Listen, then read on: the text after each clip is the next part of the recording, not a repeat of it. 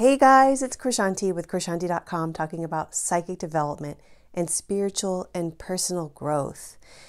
And I learned how to be psychic and I train people to do the same. It's just really something that happens when you focus, you meditate, and you just work at it. And everyone can do this. But in this video, I wanted to talk about something that I've noticed over the years, which is when people get too many readings. There is such a thing. There are people that spend thousands and thousands of dollars on psychic hotlines trying to get information, who go to intuitives way more often than is necessary. And when you're working through something and you're working with somebody that's helping you with energy work to first of all maybe intuitively understand the issue and then to help you to move through it, just sort of like when you're going to therapy, that's really a different thing. That's fine and that's healthy and good. But if you're just going to somebody asking the same question over and over, or same question in a different way, or kind of just not working through the issue, but just sort of like hitting at it again and again and again, it can get really unhelpful and perhaps even more confusing. And that's why essentially it's not good to ask or to go to someone or go to a bunch of people like too much, unless it's with this frame of mind of like, how can I shift out of this problem, or how can I heal and transform, move the energy. So if you're just going and just like asking, sort of like gambling in a way, it's that repetitive nature, that cyclical thing that you're stuck in. It's not good for you, and it's not healthy, and you might get confusing information that doesn't help you at all. You might get stuff you don't need to know, or not that you don't need to know, but that doesn't help you on your path of evolution. And the easiest way I can explain this is through the I Ching Oracle, which I love, and I've actually been using for myself for a while now when I'm asking for help. Now, the I Ching is a book. I have a copy of it back here. You can see one there. I have actually 3 different translations and versions to help me understand things. But the I Ching is an oracle that you consult. When you're working with the I Ching, you're asking the spirits and the guide or the guides of the oracle to help you through a situation. It's called the Book of Changes because it's sort of like everything in life is about change. So the I Ching, when you consult it, helps you navigate these changes.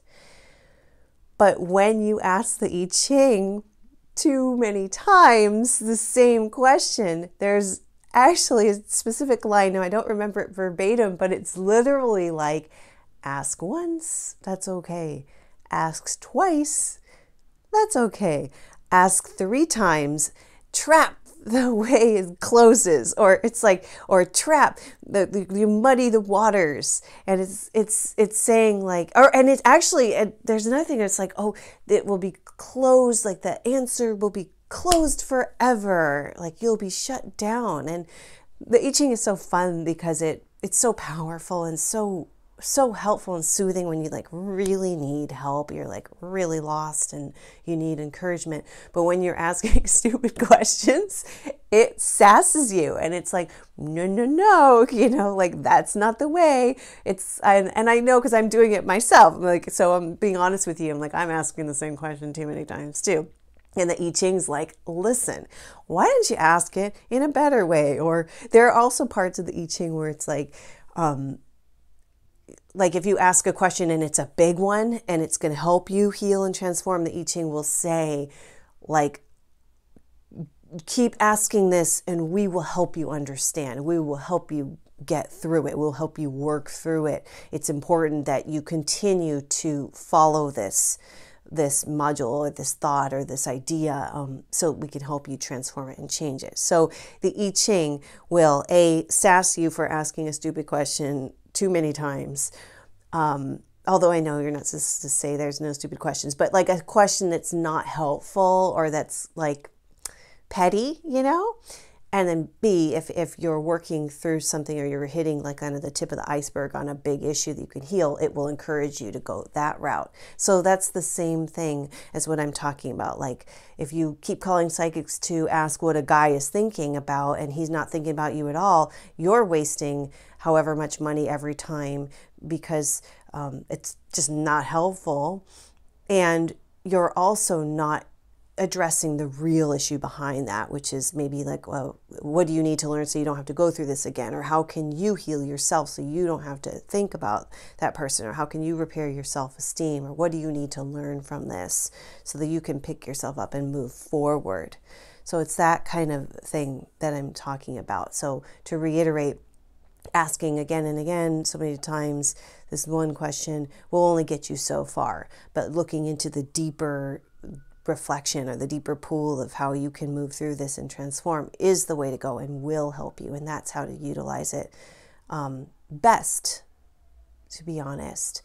And I think that's about sums up what I wanted to say about that. If you're interested in working on your own, intuitive skills too, I find that when people call or there are certain people I've worked with where at some stage of the work, I'm like, listen, you should get some cards or get the I Ching and start working with it yourself. See, that's another thing that I think we all want to encourage, the fact that, yeah, it's great to go to somebody for help. And I go to people for help when I need it. And I'm clairvoyant and intuitive and all of that. I have all these tools, but sometimes I'm too close to something and I need help. The flip side of it is you can go, so you can use somebody when you need it, but you can also start to look at how you can figure things out on your own. And that's so empowering and so fun. And that's the part that I forgot to say is when you're in a reading, and I think I did a video about this, another thing to be careful of, and when you get too many readings, is giving your power away.